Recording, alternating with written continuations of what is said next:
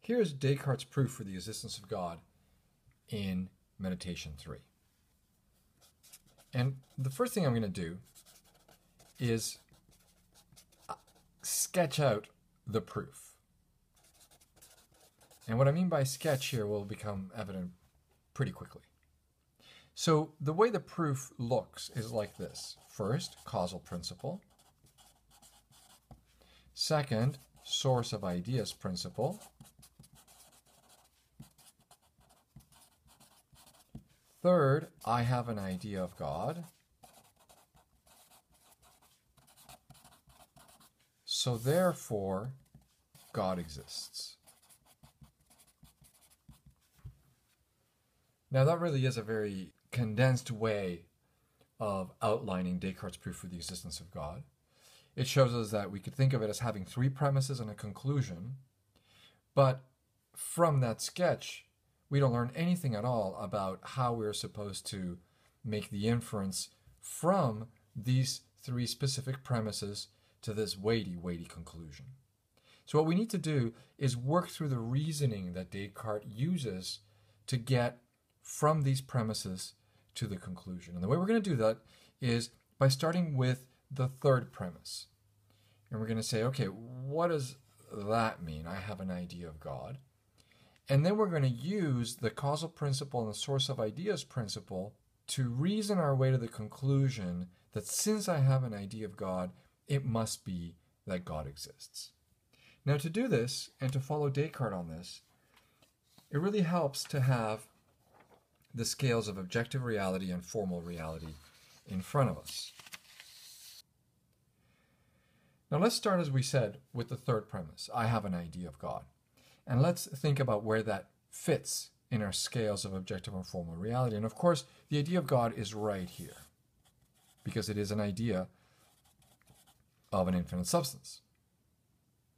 Now, one way to motivate this argument is to say, well, look, I have an idea of God. Where did that idea come from? Now, because of the source of ideas principle, the idea of God can't just come from another idea and another idea and another idea and another idea. Eventually, the idea of God has to come from something that isn't an idea, so it must have some amount of formal reality.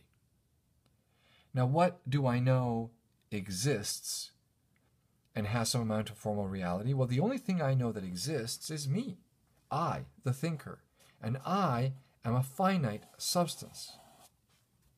And the reason why I'm a finite substance is because I'm not infinite, and I know I'm not infinite because I make mistakes, for example, or I doubt things.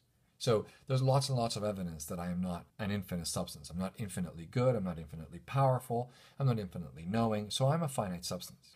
Now our question becomes, could I be the cause of my idea of God? Could it be that I am causing this idea of God? And the answer is, of course, no, because of the causal principle. Because the causal principle tells us that there must be at least as much reality in the cause as there is in the effect. If I were the cause of the idea of God, I would have less reality formally than the idea of God has objectively. So I cannot be the cause of the idea of God. And yet, the source of ideas principle tells me that there must be something that is the cause of the idea of God, which isn't just another idea, and it has some amount of formal reality. And the causal principle tells me that that something or other has to have at least as much reality as the idea of God, so there's no choice but to say that God exists. And God is the cause of my idea of God. Descartes says in Meditation 3 that I could be the cause of all of my ideas, absolutely all of them, except one, the idea of God. Because all of my ideas, even the idea of the evil genius, are ideas of finite substances, or possibly accidents and modes.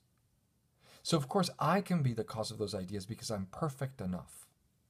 And by saying that, I just slipped in something really, really important, which is that for Descartes, these scales of reality are also scales of perfection. As we travel up these scales, we approach more and more perfect things. On the left side here, in objective reality, the ideas become more perfect because they are fuller. They represent more to my mind. On the right-hand side here, when it comes to formal reality, as we go up the scale of formal reality, things become more perfect because they depend less on other things for their very existence. So again, it's a unique feature of the idea of God that it is the only one idea that I cannot be causing, because I don't have enough reality to be the cause of that idea. I am not perfect enough to be the cause of an idea of a supremely perfect being. And yet, that idea must have some source that isn't just another idea, and so there must be a perfect being that is the cause of my idea of God. And that's how Descartes proves that God exists in Meditation 3.